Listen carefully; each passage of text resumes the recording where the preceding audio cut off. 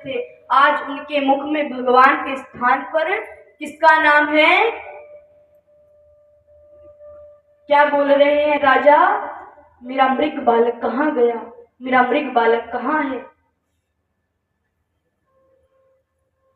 और महाराज, अंत समय आता है, अंत समय में जिन राजा के मुख पर भगवान का नाम होना था, उन राजा के मुख पर किसका नाम होता है? मृग बालक का। मृग बालक को याद करते हुए राजा अपने प्राणों को त्याग देते हैं और राजा के मुख में मृग बालक का नाम होने के कारण अगला जन्म उनको मृग का मिलता है। प्रेम और भाव से बोले राधे राधे राधे। राजा बड़े पुण्य के कार्य करते थे, भगवान का नाम लेते थे, इसी कारण से अगले जन्म में उनको अपने पूर्व जन्म की, पिछले जन्म की सारी याद बनी रहती है। देखो, हमें हमेशा भगवान का नाम लेते रहना चाहिए। अगर हम भगवान का नाम अभी से लेना प्रारंभ कर देते हैं तो अंत समय में भी हमें भगवान का चिंतन बना रहता है, भगवान की याद हमें बनी रहती है। अगर हम अभी से नहीं शुरुआत करते तो अंत समय में भी भगवान का नाम आने वाला नहीं है। अंत समय में आप जिस भी वस्तु को, जिस भी जीव को आप याद करते हैं, आपको उसी प्रकार से अगला जन्म मिल जाता है। इसीलिए कहा जाता है कि हमें अंत समय में हमारे मुख से भगवान का नाम निकले। प्रेम और भाव से बोली राधे राधे।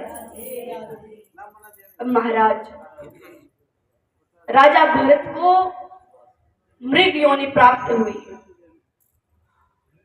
राजा बड़े पुण्य करते थे तो इसी कारण से उनको अपने पिछले जन्म की याद बनी रहती है और राजा सबसे अलग रह करके, सब मृगों से अलग रह करके भगवान की आराधना करते, उस मृग योनि में भी भगवान के नाम को जप करते, भगवान को रटते। भगवान का नाम लेने के कारण अगला जन्म उनको फिर से मनुष्य का मिलता है। प्रेम। भरत जी को खूब सुंदर सुंदर भोजन कराया जाता है। अब भरत जी कई दिनों से भूखे हैं, भूखे होने के कारण दोनों हाथों से वो खाने लगते हैं। जब भोजन करके तृप्त हो जाते हैं तब भरत जी एक डकैत से पूछते, अरे भैया ये तो बताओ, ये भोजन किस खुशी में कराया जा रहा है? कोई उत्सव है क्या, कोई भंडारा चल रहा है क्या? तब डकैत कहते कि नहीं, कोई उत्सव नहीं है, तुम्हारी बलि चढ़ाई जाएगी इसलिए तुम्हें भोजन कराया जा रहा है। अब भरत जी बड़े भोले हैं, भरत जी कहते, अरे भैया अगर ऐसे ही तुम हर रोज मुझे भोजन कराओ तो आप हर रोज मेरी बलि चढ़ा दिया करो। अब वो डकैत हंसने लग जाते कि ये तो कितना मूर्ख है। इससे ही भरत जी का नाम पड़ता है जड़ भरत, यानी कि मूर्ख।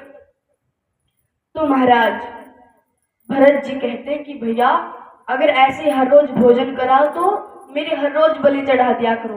डकैतों के सरदार कहते हैं कि अच्छा हुआ, इसको पता ही नहीं बलि का क्या अर्थ होता है। अगर पता होता तो चिल्लाता, बड़ी दिक्कत होती मारने में। अब तो ये शोर भी नहीं करेगा। महाराज भरत जी को माता के पास में लाया जाता है और भरत जी से कहा जाता है कि देखो, हाथ जोड़ करके, नेत्र बंद करके सिर को झुका लो, अभी माता प्रकट होंगे और अच्छे अच्छे हमें वरदान देंगे। भरत जी मान करके नेत्र बंद करते हैं, हाथ जोड़ करके बैठ जाते हैं। महाराज जैसे ही डकैतों का सरदार भरत जी को मारने के लिए अपनी तलवार निकालता है, उसी समय साक्षात माता भद्रकाली जी प्रकट हो जाते हैं। बोलो राधे राधे।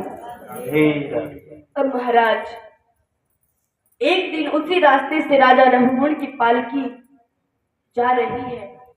राजा रघुगुण अपने गुरुदेव कपिल मुनि देव जी महाराज से मिलने के लिए जा रहे हैं पालकी में बैठ करके। और पालकी को 4-5 जन उठाते हैं। बीच में एक जन की तबीयत थोड़ी खराब हो जाती है। राजा रघुकुल कहते कि आसपास में देखो कोई होगा तो उसको बुला लो, वो पालकी उठा लेगा, हम उसके बदले उसको खूब सारा धन दे देंगे।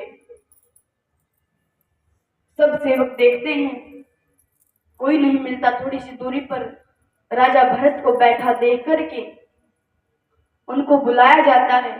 रघुकुल कहते कि तुम हमारी पालकी को हमारे गुरुदेव के पास में पहुंचा दो, इसके बदले में हम तुम्हें खूब सारा धन देंगे। राजा भरत कहते हैं कि हमें धन नहीं चाहिए, हम आपकी पालकी को उठा लेंगे। महाराज पालकी को उठा करके चल रहे हैं। जब से राजा भरत ने राजा रघुकुल की पालकी को उठाया है, तब से राजा को बार बार पालकी के ऊपरी हिस्से से चोट लग रही है। राजा रघुकुल अपनी पालकी को रुकवाते हैं, कहते अरे भैया कैसे चल रहे हो आप सब, हमें बार बार चोट लग रही है। तब सब सेवक कहते कि महाराज हम तो बिल्कुल सही चल रहे हैं, लेकिन जो ये नया व्यक्ति आया है ना, ये थोड़ा सा अलग है, हमें तो ये पागल लगता है, मूर्ख लगता है। क्यों? क्योंकि ये कभी आगे कूदता है, कभी पीछे होता है, कभी इधर कूदता है, कभी उधर कूदता है, कभी हंसने लग जाता है, कभी रोने लग जाता है। हमें ये कोई पागल लगता है, मूर्ख लगता है। अब भरत जी ऐसा क्यों कर रहे हैं? भरत जी को पता है कि अंत समय पास में है, अंत समय निकट है। तो भरत जी चाहते हैं कि मेरे से जाने अनजाने में भी कोई भी पाप ना हो। भरत जी ऐसा क्यों कर रहे थे? क्योंकि जमीन पर, धरती पर छोटे छोटे जो जीव जंतु हैं उनको भरत जी बचा रहे हैं। उनको बचाने के लिए कभी आगे कूदते हैं तो कभी पीछे, कभी इधर कभी उधर।